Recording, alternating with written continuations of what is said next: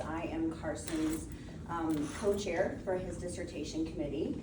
So today he's going to be presenting his dissertation defense, and you can see the title here. But a little bit about Carson. So Carson was one of our very first students to ever do a BS to PhD. So Carson's bachelor's degree is in exercise and sports science. And when he came to me kind of seeking an opportunity for a PhD, he wanted to really put the two of those together. But more than that, he really is interested in kind of obesity and disease focus as far as the nutrition side. So since he has been with us over the last several years, he has been a teaching assistant for several professors. He has also been a student provider at NMHI, which is our clinic, and so he has helped over there see patients and do research studies over there. And he has also did all of his own study recruitment over at NMHI as well. And so Carson is really a rock star because Carson needed 60 participants for his 4-week study, and he got them in 2 days and lost not one participant. And that, for human subjects research, we know is pretty impressive. So it's gonna be hard for anybody to follow that kind of record because that's hard to do. So Carson's done a lot, he's grown a lot, going from those of you who know the process, going from a bachelor's degree to a PhD is quite a feat. And so it's a big task and a lot to bite off and chew, but Carson has done it. He's done an excellent job of using his resources. He was at every meeting I suggested he go to, every writing group, everything at the graduate school he could get his hands on. He has a real thirst and love for knowledge, and so that's going to take him really far in his career. So without further ado, I will let Carson begin his presentation. We'll let him speak, and then towards the end we'll have some time for question and answers, and then we'll be done at noon. Yeah. Okay, thank you. Thank you, Dr. Childers. And thank you all so much, very much for coming to my dissertation defense presentation. Again, my name is Carson Maher, and my presentation is over increasing vegetable intake using monosodium glutamate, a reduced effort intervention. I'm going to start off by introducing my committee, which I would first like to say I could not have done this without all of you, really. I have Dr. Gallion as my chair, and Dr. Childers as my co-chair, and with following Dr. Alcorn, Dr. Dawson, and Dr. Shin. And again, thank you so very much for y'all's help with the study. This is the overview of the presentation today. I'll be going over the introduction. We'll be looking over vegetable intake and monosodium glutamate. We'll be going through the methodology results, and in the discussion section, we'll be reviewing the existing literature along with our research limitations of this study, and followed by conclusions and future research directions. So as probably a lot of y'all know in this room, vegetable intake is important. It's been solidified in research for many decades. Research has shown that even just consuming 2 to 3 cups of vegetables daily supports a healthy immune system. And there's compounds in vegetables called polyphenols, and they have antagonistic effects against type 2 diabetes and obesity. Not only do we have those benefits, but we also have such benefits with greater vegetable consumption. We lower the risk of heart disease, stroke, and various types of cancers. And on the inverse side, with low vegetable consumption, we have things coming about like early mortality and low quality of life. Yet, with that being said, only about 10% of adults in America meet the recommended vegetable requirements as given by the dietary guidelines. And the current vegetable intake in the U.S. is about 30% below the recommended levels. As we see here on this figure on the right, we have vegetable intake, which actually has increased in this 45-year period, yet it's still 30% below the recommendation set out by the dietary guideline recommendations. So now let's get into a few reasons why individuals don't consume vegetables. First, they may not have the skills to be able to make these vegetables.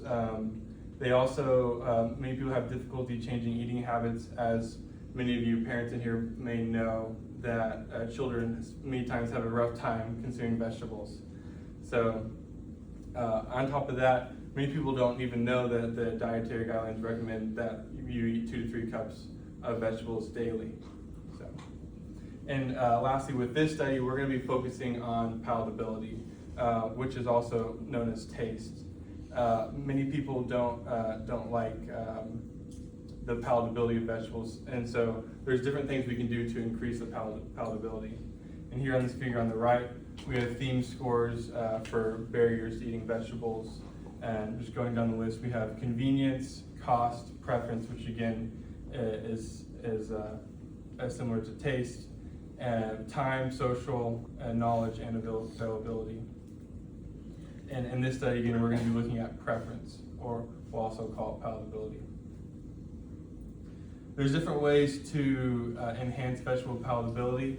The one way is through fat, utilization of fat, so butter or olive oil. You can saute the vegetables.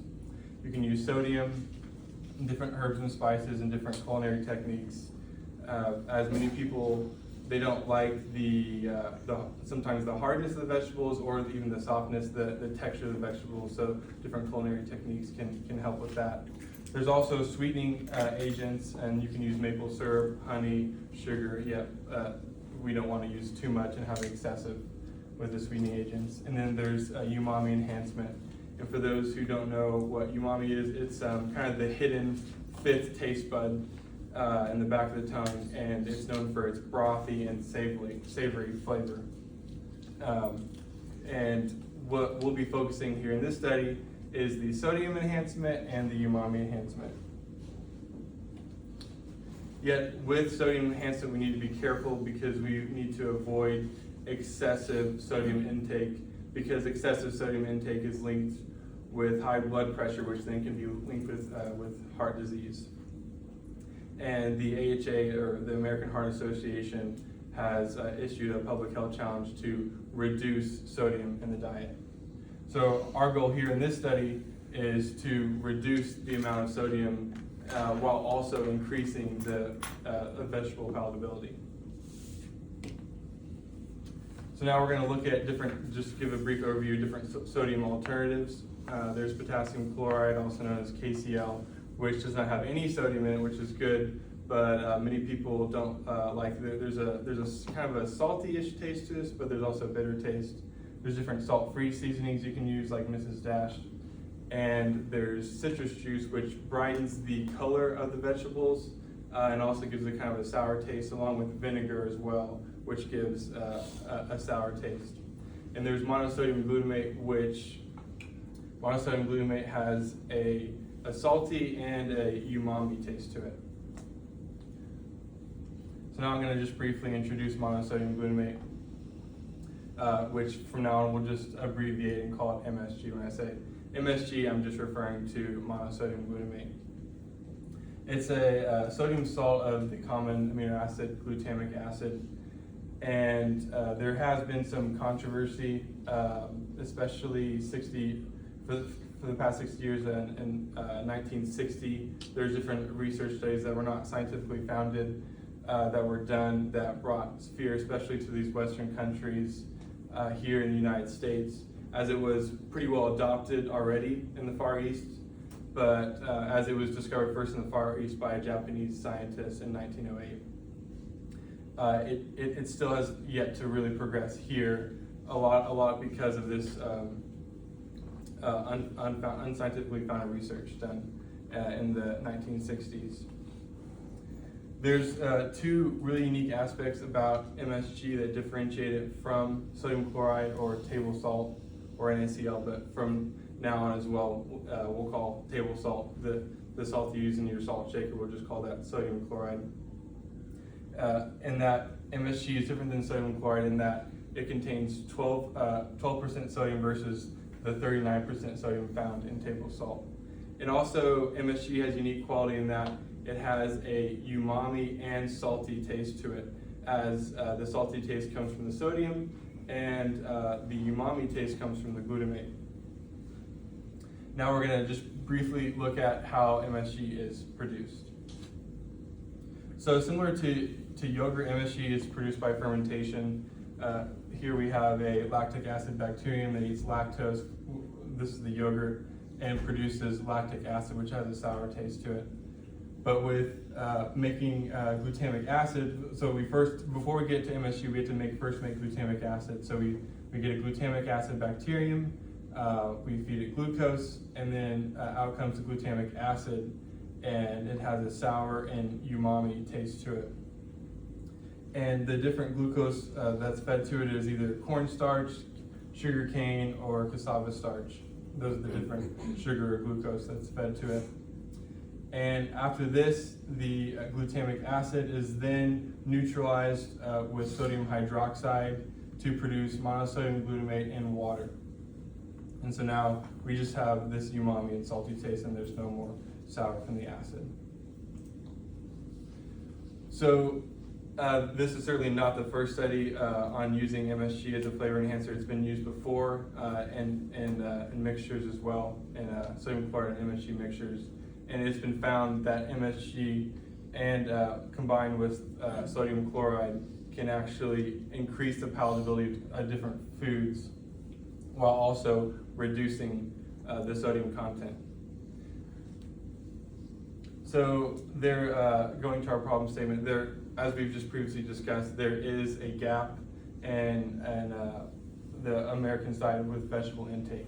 So we have an actual level, and then we have the recommended level, or we're looking to bridge that gap and the way we're going to do that is to increase the palatability of vegetables while also reducing the sodium content. So the purpose of this study and the objectives are we're going to test the palatability of sodium chloride and MSG mixtures, and we're going to test that to see if we can increase the vegetable intake as well. We're going to attempt to reduce the sodium intake through these sodium chloride and MSG seasonings we're going to be using as our intervention. These are our three hypotheses.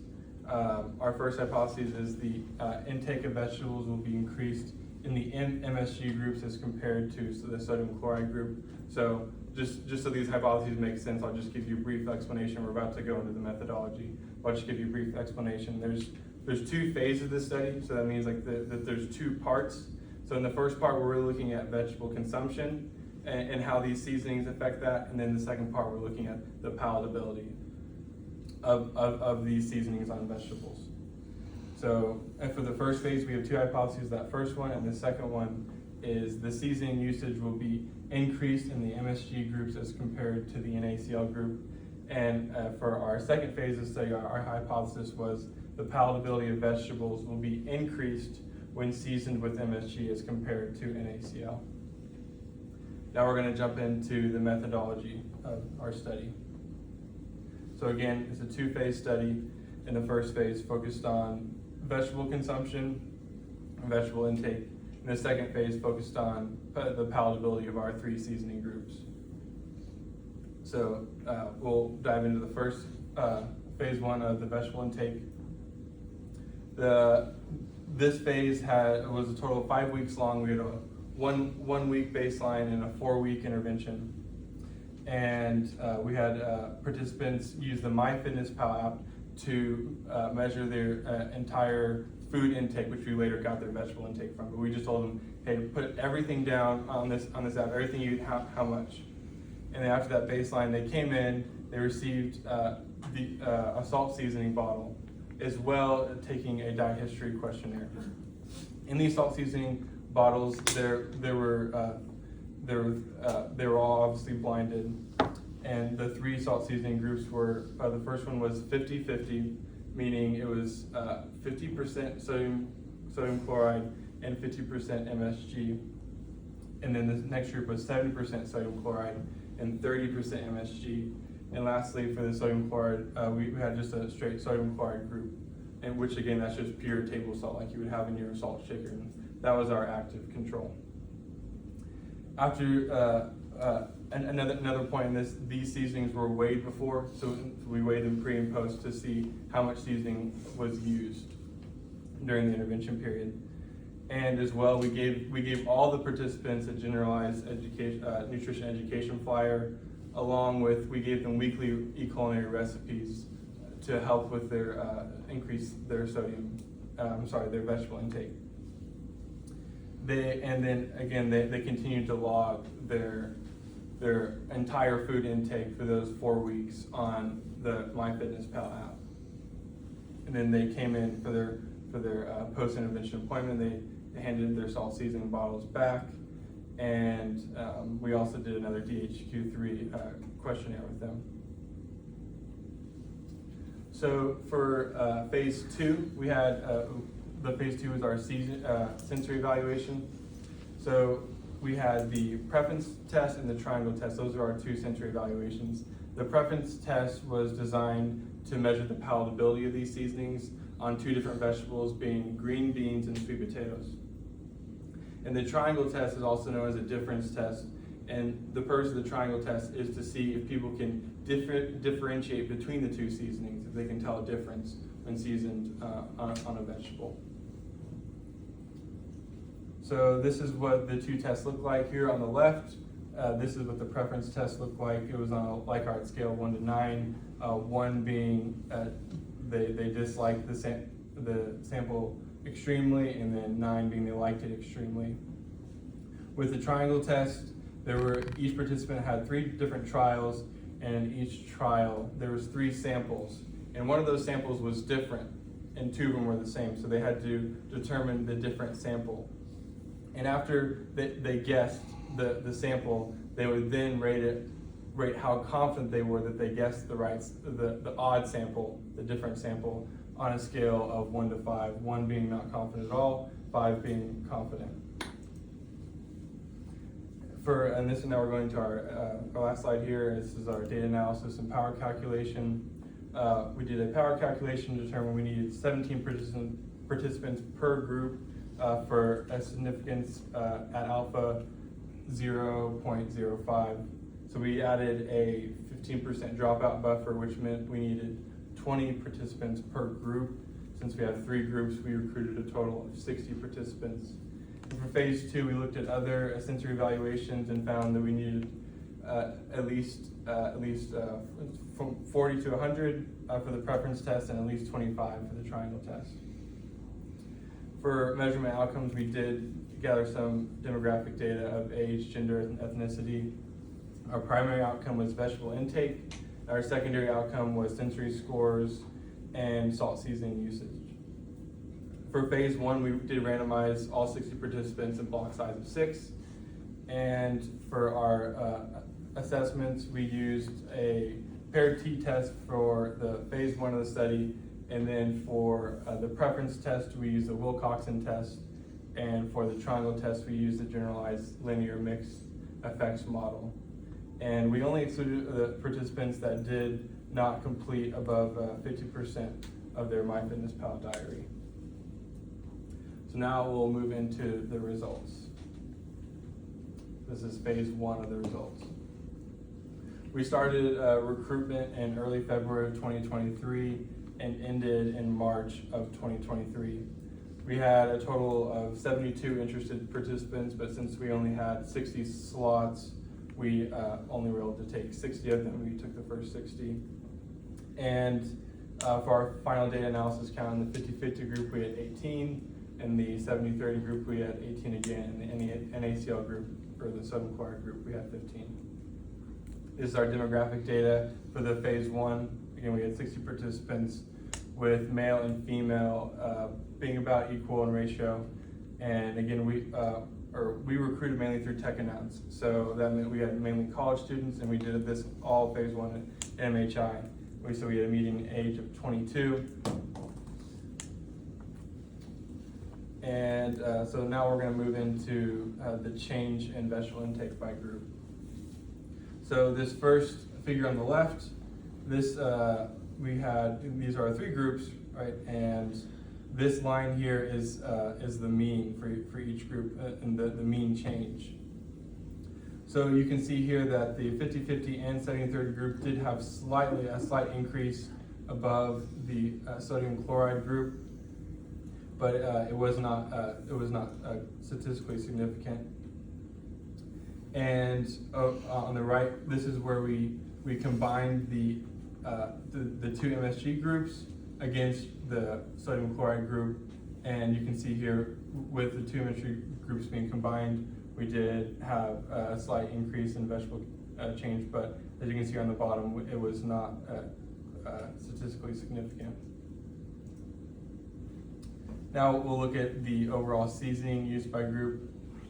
So on this, again, it's a similar format. On this, in the middle, we have the 70/30 with the highest usage of the seasoning, and then the 50/50 group had the lowest while the sodium chloride was in the middle. And over here, we combine the MSG groups again, and you can see that actually the sodium chloride had a higher seasoning use by group compared to the combined MSG groups. As well, with our questionnaire that we did baseline and post-intervention, with this we did not really have much change at all in all three groups. We did have a slight increase in vegetables per day increase in the bottom group, but as you can see here, even in baseline and post-intervention, it does show a gap in the vegetable intake, as we're aiming to have 2 to 3 cups of vegetables per day, and all these averages show that the participants were below 2 cups per day. So now we'll go into phase 2. During phase 2, we recruited between April 2023, November 2023, and the recruitment for that took a little longer just because we had the summertime and we're mainly recruiting here on campus. So we had a total of 96 participants with this, and 62 completed the preference test and 34 completed the triangle test. And they just came in and did these tests and left. It wasn't, it was just for a day.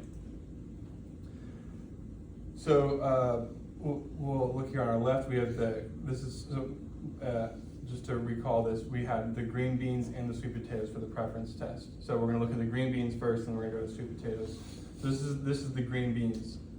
In each, this is the green beans like our difference by subject, and each of these lines are a subject. And so what this is showing that we got the overall palatability from the MSG group, and we subtracted that by the sodium chloride group. So any line you see here above 0 is showing a preference toward the 50/50 group. Anytime any line you see below 0 is preferencing the sodium chloride group. So as you can see here, quite a bit of the participants did enjoy or enjoy the taste of the 50/50 MSG sodium chloride group compared to just sodium chloride alone. And over here, this is just a histogram of this chart here on the left. And as you can see, it's favored to the right, showing that there's a preference toward the 50/50 group compared to the sodium chloride. And we also ran the same test with the 70/30 group and had very similar results. And we, on our p-value, we did get very close to being a statistically significant value, but we ended up with 0.07 right here, which is nearing significance. This is the same thing but done on sweet potatoes. And here we can see there's not really much of a consensus. Some were really liked the MSG here, and then some really preferred the sodium chloride here. And this histogram, even though it doesn't have this large bar here on the left supporting sodium chloride, there's kind of more of a leaning on the right. So it's really in the middle and making further showing this is why we got a 0.48 p-value for this test. This is the triangle test, and so we had a total of 104 trials, and only 40 got those trials correct, which really shows that they were not able to determine the difference between all three samples. And to further show this here, we had 27 guessed incorrect, but they had a confidence level of 4. We only had 16 guessed correctly with a confidence level of 5. So with the just conclusion and wrap up of the results, our three hypotheses did not yield any statistically significant results. So therefore we did not have sufficient evidence to reject the null hypothesis on all three alternative hypotheses. Now we'll move into our discussion where we'll just briefly review the results again and talk about some existing literature and how our findings correlate and compare with the other existing literature findings. So to overview phase 1, we did find that the 50-50 group was indeed did have a higher vegetable intake, and we saw a lower salt intake on the MSG groups compared to the sodium chloride group. And for the phase 2, we, especially with the green beans, we did find a favorability toward the MSG groups, in that with the green beans we had a near statistically significant result. So now we're going to look at some existing literature. This is a study done by Holland et al. It's a really good study, and we're just going to look specifically at this top left correspondence analysis figure that they did. They tested 3 different salt seasoning groups on different foods. So this one here is roasted vegetable, and you have quinoa bowl and so on and so forth. But since this is really the only study that I found that was in literature that actually showed the MSG and sodium chloride mixtures on vegetables, this is certainly a study I would like to highlight. And so they had a little bit different, their sample groups were a little bit different in that they did have basically a 50-50 MSG to sodium chloride group, which is marked by this M. I know it's kind of hard to read, but marked by this M right here. And then they had just a pure table salt or sodium chloride group. Then they had a reduced salt group where they just reduced the amount of sodium chloride in their seasoning.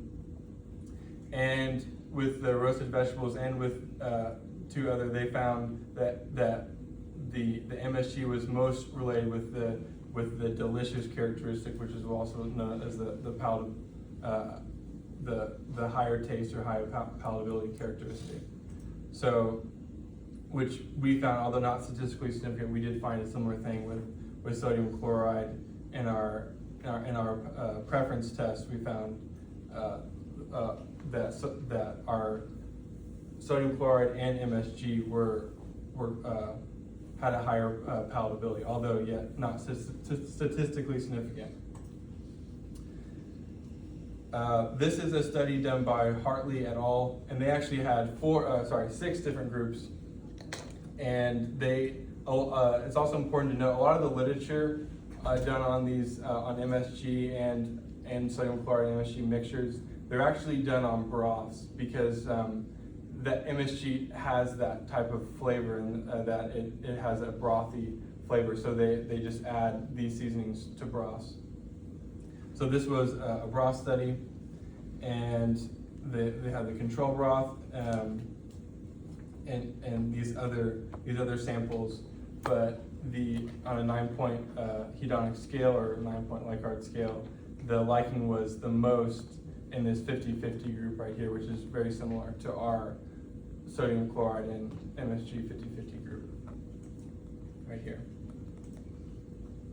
And lastly, I'd like to show a study from Ginap et al., where this is also another really cool study where these are actually broths as well. These are curry chicken and chili chicken broth groups, and they tried the whole gamut of sodium chloride and MSG concentrations, with at the top being just pure MSG and at the bottom being just pure sodium chloride.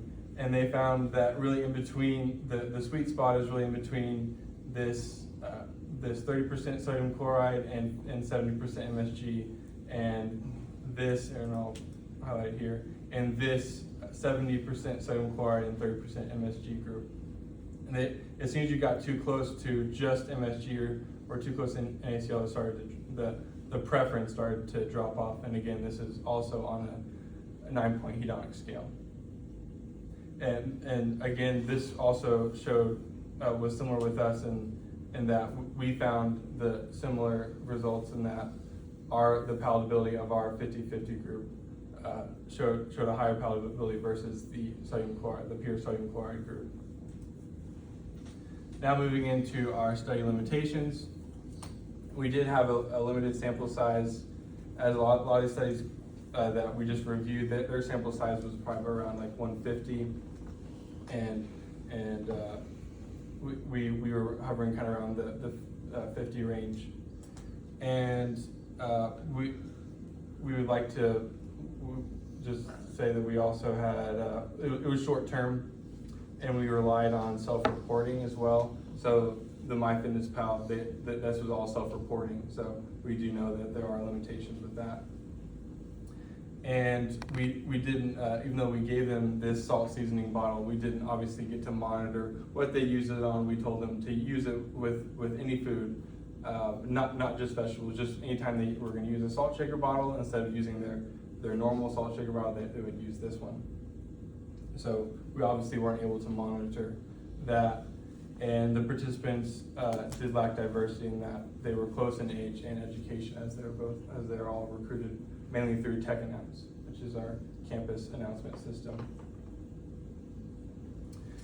In conclusion, we see that the sodium chloride and MSG mixtures show potential for making vegetables more appealing, and we see a trend that indicates a direction for dietary modifications on sodium chloride MSG mixtures to increase vegetable consumption. For future directions, we'd like to have a long-term study on this that's longer than a 4-week intervention. And we'd also like to make recipes and change the different salt seasoning, the sodium chloride and MSG, change those concentrations based off the vegetables we're applying them to. So it's not only the concentrations, but also how much you would do for certain vegetables, as different vegetables have different characteristics.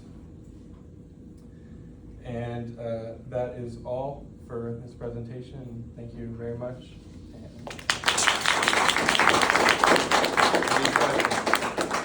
so we're happy to take questions from the audience for Carson. I have a question. Thank you so much, Carson. I have a thanks, quick Kristen. question. You said in one of your slides that you recruit eligible participants. So I am curious to know what was the inclusion or exclusion criteria for your study? There was basically no exclusion criteria. Well, there was a few, but the exclusion criteria was if, for example, if they didn't feel like they wanted to eat vegetables, or maybe certain extreme dietary preferences. But then there was also no age inclusion. Anyone over the age of 18 was included in the study. So, and they also, we also checked and we let them know you may be given a salt bottle that has MSG in it, and if they were not comfortable doing that, then they were allowed to say they weren't comfortable, then they would be excluded. But we didn't have any participants. And then of course any food allergies to any of the, at least in the preference to trying the test. Mm-hmm. We also gave them a sheet before both sensory evaluations. Did you also consider BMI, or if they have any weight loss in the past 3 months or weeks? No. Yeah. Any BMI was welcome, and we didn't take any weight or height measurements. Yeah. Dr. Lee? Yeah. Excellent presentation. Thank you. You did a very good job systematically presenting. Didn't look like you were nervous at all. Lovely. I do have a couple of just curiosity questions. Yeah. So first of all, why 4 weeks?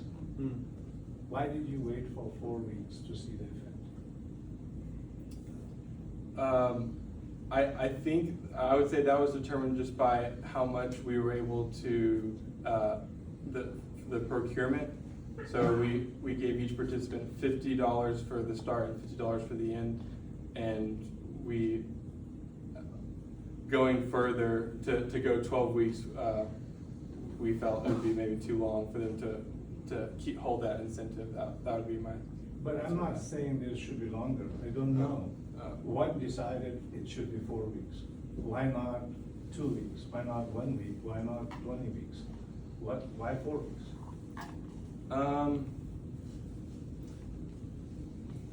I would say that's just what we decided actually before we had a grant, and that's just consulting with the AGMO chef. That was the time period they. Yeah, and it's not, I'm not saying it's right or wrong. I'm Yeah, just yeah. trying to see No, you're one what of the. could have yeah. given a better result or more strong result. I was wondering if your hypothesis was the taste is going to be better with MSG, people will eat more. Would it have been better to just see the effect of incorporating MSG and see if they eat more vegetables actually right there? Like, Instead oh, like of I waiting for get 4 like a weeks of use. Of oh, like you give 3 different samples. Right there. And then you just have them. Yeah, make them eat right Pick. there. So instead of, so your hypothesis becomes different if you're thinking of 4 weeks. It may have a washout period, like, I mean, the effect, the initial excitement, let's just say that they felt. Right. It may wear out after 4 weeks. So, Mhm. the other thing Yeah, is, that's certainly something to do. when you publish it, I was wondering, so clearly it looks like the effect may be vegetable dependent, because you got your sweet potato, different result, was it sweet potato, right? Mhm. And Yeah. green beans was different result, so Yeah. it seems vegetable dependent, Mhm. which vegetable you're testing. Right.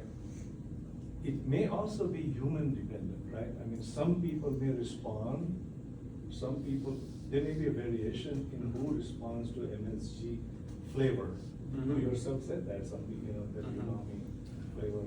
So, I was wondering if there is any way to find out subgroup of population here in your study that responded better. You put everybody together, right? All, you showed averages after 4 weeks of everybody together. You're saying put them back together. But I wonder if there is a subgroup of that who responded better. So your phase 1 and phase 2 are same people? No, they were different. Otherwise, Yeah. if you could have found out those who are accurately predicting MSG content, they Like are on the more trial. likely to respond to MSG. Because they are sensitive to MSG taste. But they're different people, so. But otherwise, you could have taken that population out of your phase 1 and seen whether they responded. Are there any subgroup of responders, in other words, that was, I would say. I think that's a great idea for future directions, because we do know the phenomenon of people who are super tasters.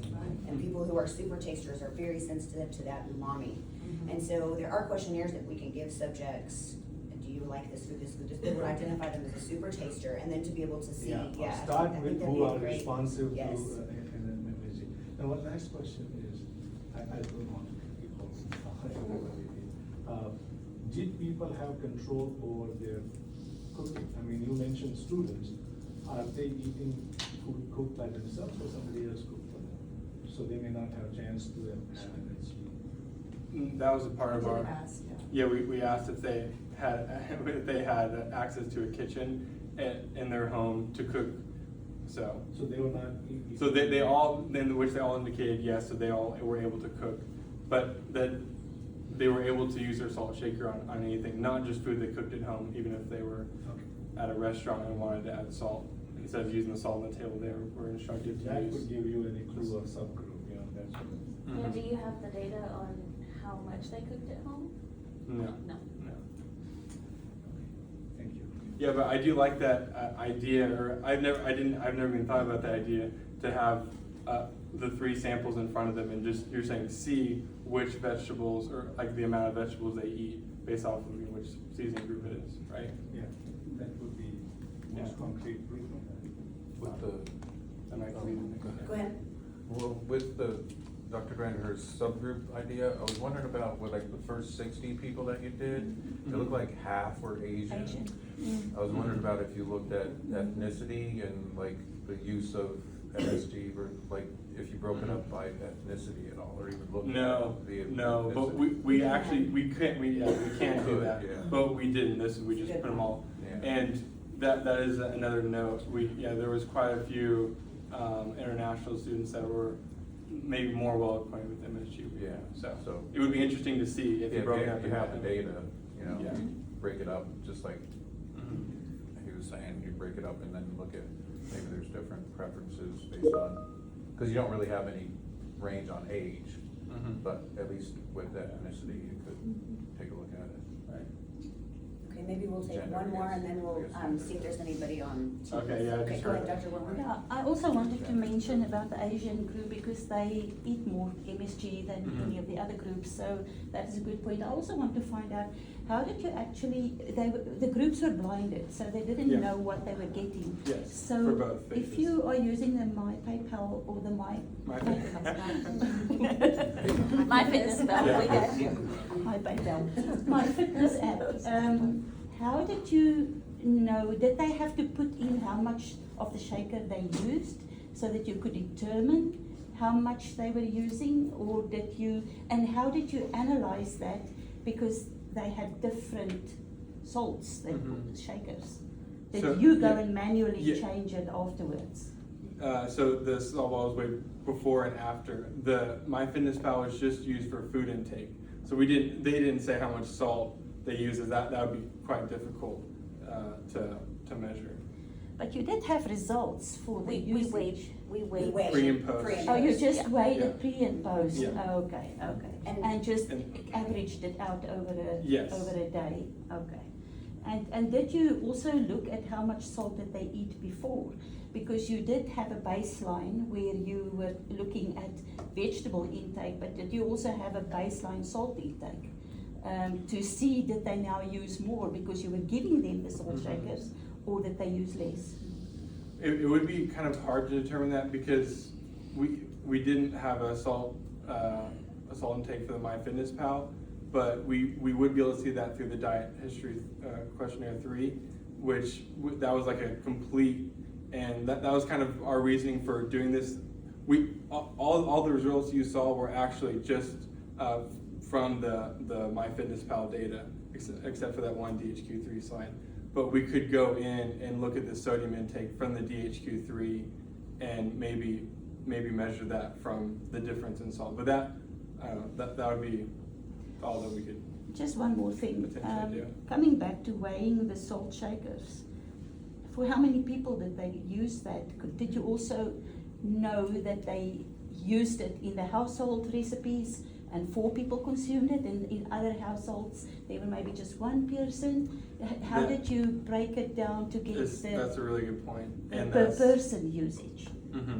and that's another limitation. And even we were asked about that, whether they should just use it on their individual, or what if they're making a recipe for their family? They're going to eat the recipe, but their family might be eating it also. And in which we said you can still use it in your recipes, just because we had to make a decision on that, and that certainly is just a limitation. Yeah, of the study. Thank you. But good stuff. Do we have time? Yes, let me grab one from Teams real quick. So, Carson Maher says, are you suggesting to take MSG as an alternative of sodium chloride, or can it be taken with it? That's our first question. And second question is it safe for children? What we're suggesting, and again, based off of what we see in the literature and our study here, is actually combining them. And so combining sodium chloride and MSG. And as we saw in the literature, that the sodium chloride does have a pretty good palatability, but you have an excessive sodium intake with that. But when you have just MSG, the palatability kind of goes down, because MSG mainly has the umami characteristic, so you kind of miss a lot of that salty if you don't mix it with sodium chloride. And the FDA, for the second question, she's writing another one. Maybe follow up. But to answer the second question, the FDA, and there's actually in 1987 and 1995, two different, I know in 1987 it was the World Health Organization. There was another experimental science academy that did tests on MSG as well and found them to be safe. Because there's a lot of claims, I don't know if you know Chinese restaurant syndrome, but there's a lot of history with that. So, but to answer the question, yes, the FDA says generally recognized as safe for all age groups. All right, Dr. Nagula? Okay.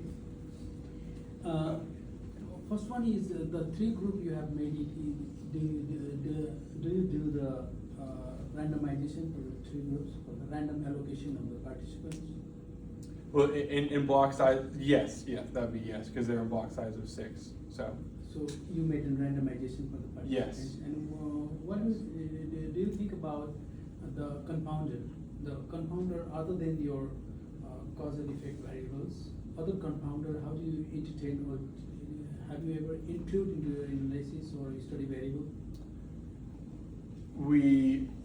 I'm not fully sure. That might be a little bit more of a Dr. Dawson question, but I do know in the triangle test we did use a linear mixed effects model to, I think, look at that. But I'm not too sure in the phase 1. But, so the other factors I'm just talking about, the compounder means your outcome variable may be distorted, right? Mhm. Because of the effect of them, maybe the different group. As for example, you can take the age limit, so you can have a age group. Mhm. You can have a gender group. So because the test may be differ from group to group, right? So that's why. Did you entertain this compounder? That's my query. I would just have to I'd see what Dr. Dawson used, maybe the one. And the last one is you talking about you use the mixed effect models. Mhm. In the mixed effect, what were your so did you entertain your fixed effect and random effect both, or which was the variable you chosen for the fixed and random effects? That another question for as he ran the statistical analysis for that. So Because the table was I just- not there, so that's why I just Mhm. was thinking about Yeah. my thing. Which we can actually Table probably. was not export on that one. Mhm. It's-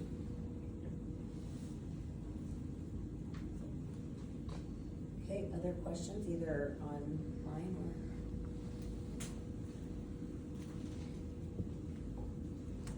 Okay, well, I do have a question. yes. Whenever you were in the second group and you were testing on the Likert scale, was it just asking about kind of the savory nature, or was it overall preference? If you wanted to go back and look. Yeah, go back to that, the triangle test and the preference test, the forms.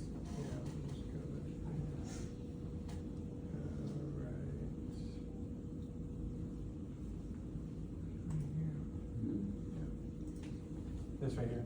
So we asked a bunch of different questions, and Dr. Dawson combined them all and got a. So in some like of an those, I know overall you result. mentioned earlier the preference for vegetables, or maybe barriers is how I should say that, barriers to vegetable intake.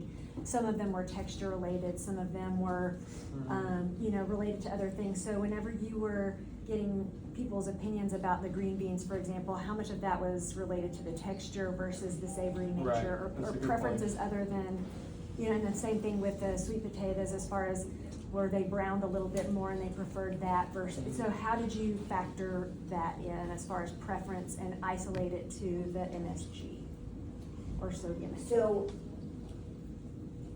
do you, We just basically got an overall palatability. There's certainly a lot of data. This is just the first page of the preference test here on the left. We got quite a bit of data, and then we can go back and do more specific things and look at that. But we were just looking at just the overall The palatability. overall. So yeah, certainly that is a because case. notice we asked about saltiness and we asked about Mhm. texture. We just didn't break it up by that. But we could, it's something that we definitely could do. We just combined them all as an overall palatability score.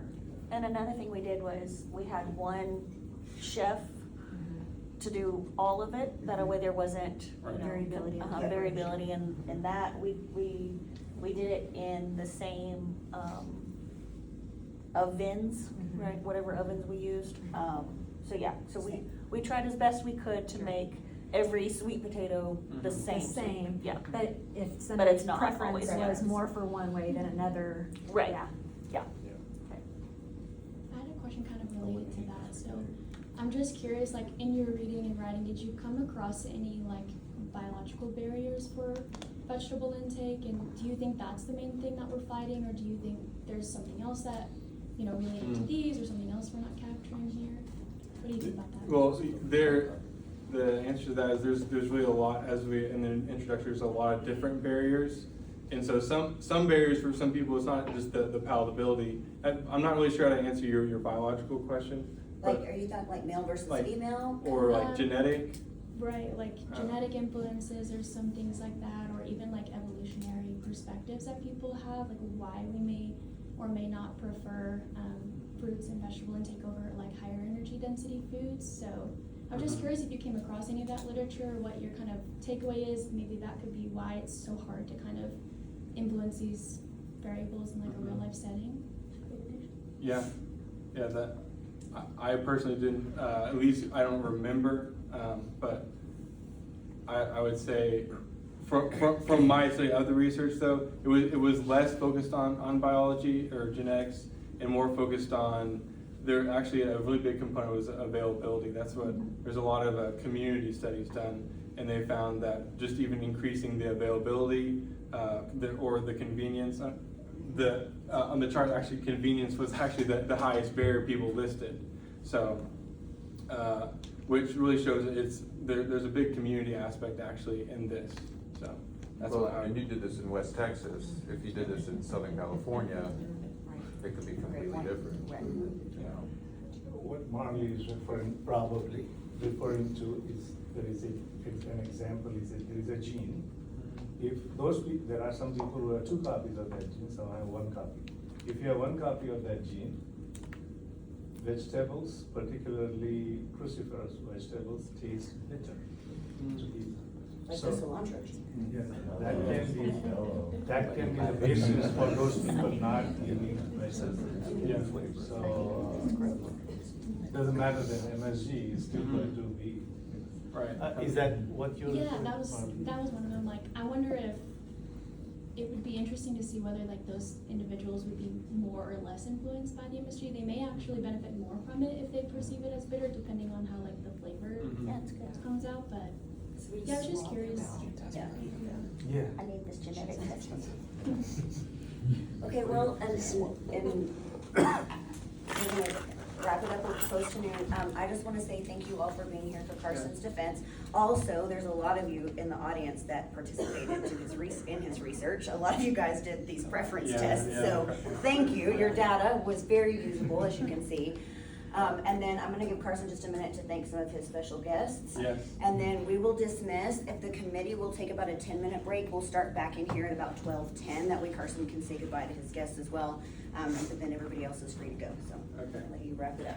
Well, actually, I'd like to first thank Dr. Wilna, as she was the first person I even talked to when considering this program, and you're really very helpful in just navigating, how to choose my advisor and all these things, because they didn't really have a class in undergrad on how to do a lot of these grad school things. So I appreciate you being there and helping me out with that. I have my wife, Carrie, who is 7 months pregnant in the audience. Yeah, so she's definitely been a great support as well. And I have my mom and dad there in the back. Yeah, that's them. Yeah, I think my dad has the cilantro gene. Tastes like soap every time. And where did you guys come in from? Say again? Where did you come in from to come today? Lubbock. Oh, okay, you're here, okay. No, Yes, I know you're always They- around, so yes, yeah. yes. Last time I heard you were in California, so that maybe. They're mostly in California or Wyoming. In California, or they're in California when it's in winter time, and during summertime We just go for 70 degrees wherever we go. Yeah, wherever 7 degrees, that's where they're at. It's a little hot here today. So we're leaving. Sunday. And also I have some family friends there in the back, Ophelia, Alan, and Marcus. So I have thank a you. quick question. Thank Oh, yeah, Marcus is interested in grad school, so, yeah. I have my Denise degree and Ah. work with, I trained many age range from children to retired clients for Yeah. about 10 years. But I noticed you guys have treats there. Where are the vegetables? Yeah, I thought it'd be a cool idea to bring some vegetables with some NaCl. Interestingly, the vegetables are not typically eaten, as you can see by his research. Yeah. Yeah, I could have brought it, They are not point, I preferred. guess. We prefer sweet vegetables. Okay, thank you everyone, have a good afternoon. Thank y'all.